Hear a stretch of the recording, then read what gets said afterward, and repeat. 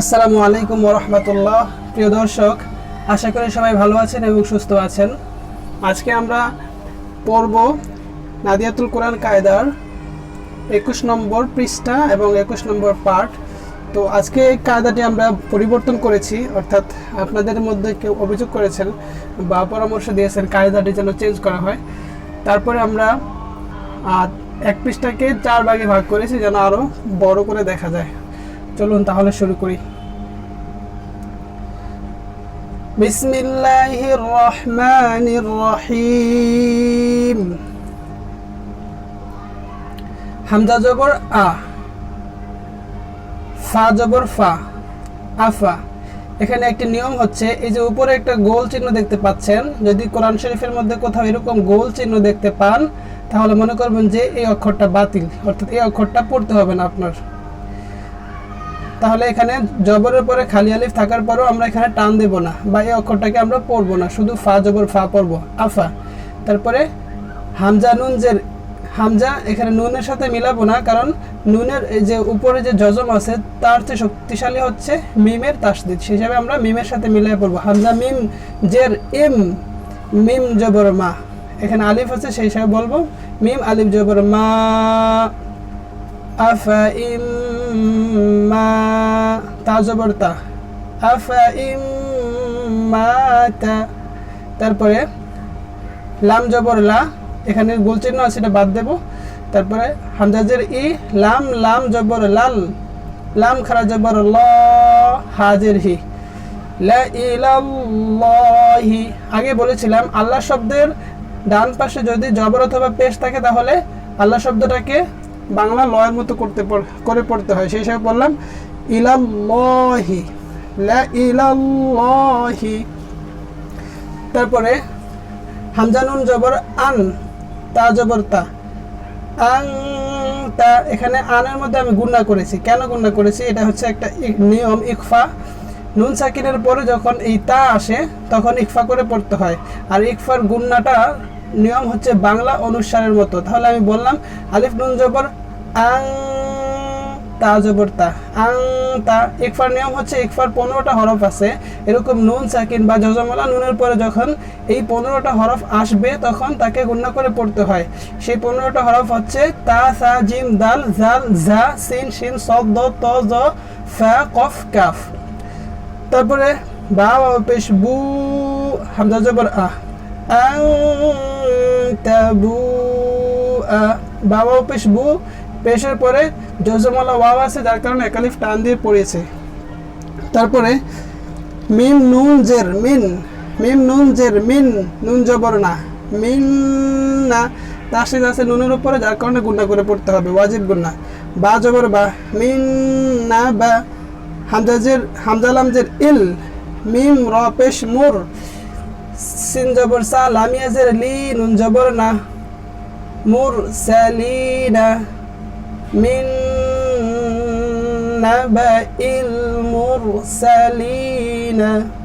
তারপরে লাম জবর লা, হামজা ওয়াও জবর আও, দ জবর দ, আইন ওয়াও পেশ উ, একালিফ টান হবে, লা আও দউ।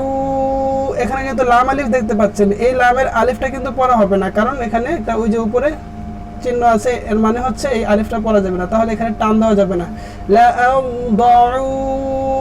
তারপরে আলিফ নুন জের ইন, নুন জবর না, গুণনা হবে ইন্না।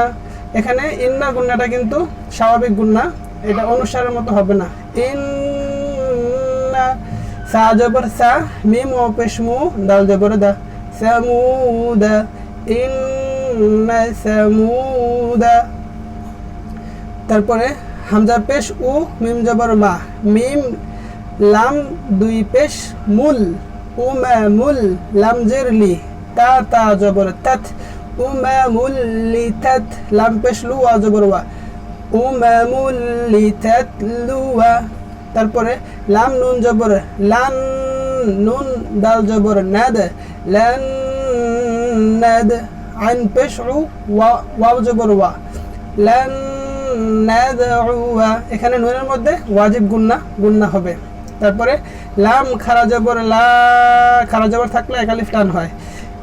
কাফ নুন জের কিন, নুন জবর না, লাকিন না, হা পেশ হু, ওয়াও লাম জবর ওয়াল, লাম খারা জবর ল, এখানে যেহেতু ওয়াওয়ের উপরে জবর বা যদি পেশ থাকে তাহলে বলেছিলাম ল হবে, এখানেও জবর আছে সেই হিসাবে আমরা ল, লাম খারা জবর ল, হা পেশ হু,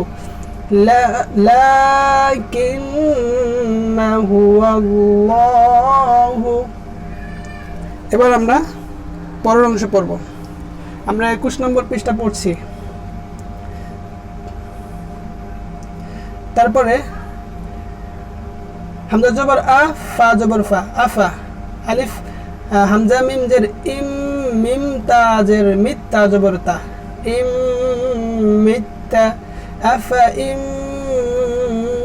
মিত্তা, সা জবর সা, মিম ও পেশ মু, দাল জবর দা, সামুদা, ওয়াও জবর ওয়া, হামজা সদ জবর আস, হা আলিফ জবর হা, বা জবর বা, ওয়া আসহাবা।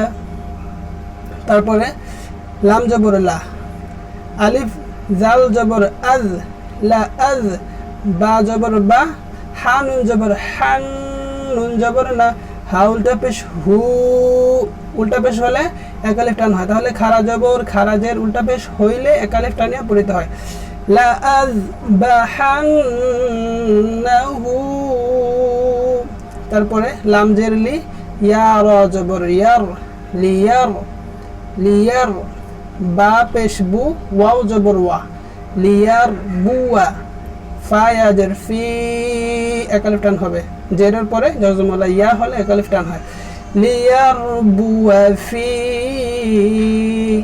তারপরে লাম জবর লা, হামজা জের ই, লাম লাম জবর লাল, লা ইলাল, জিম জবর জা, হা ইয়া জের হি, মিম জের মি, লা ইলাল জাহিমি। তারপরে ওয়াও জবর ওয়া, লাম খারা জবর লা, ওয়ালা, কাফ কাফ এখানে নুনের মধ্যে জজম আছে, তারপরে আছে তাসদিদ, তাহলে আমরা তাসদিদের সাথে মিলাই পড়ব।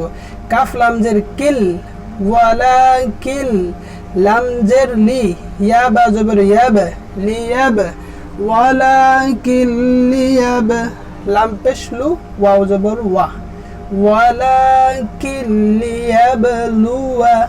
তারপরে নুন বা জবর নাব, লাম পেশ লু, নাব লু, ওয়াও জবর ওয়া, নাব লুয়া।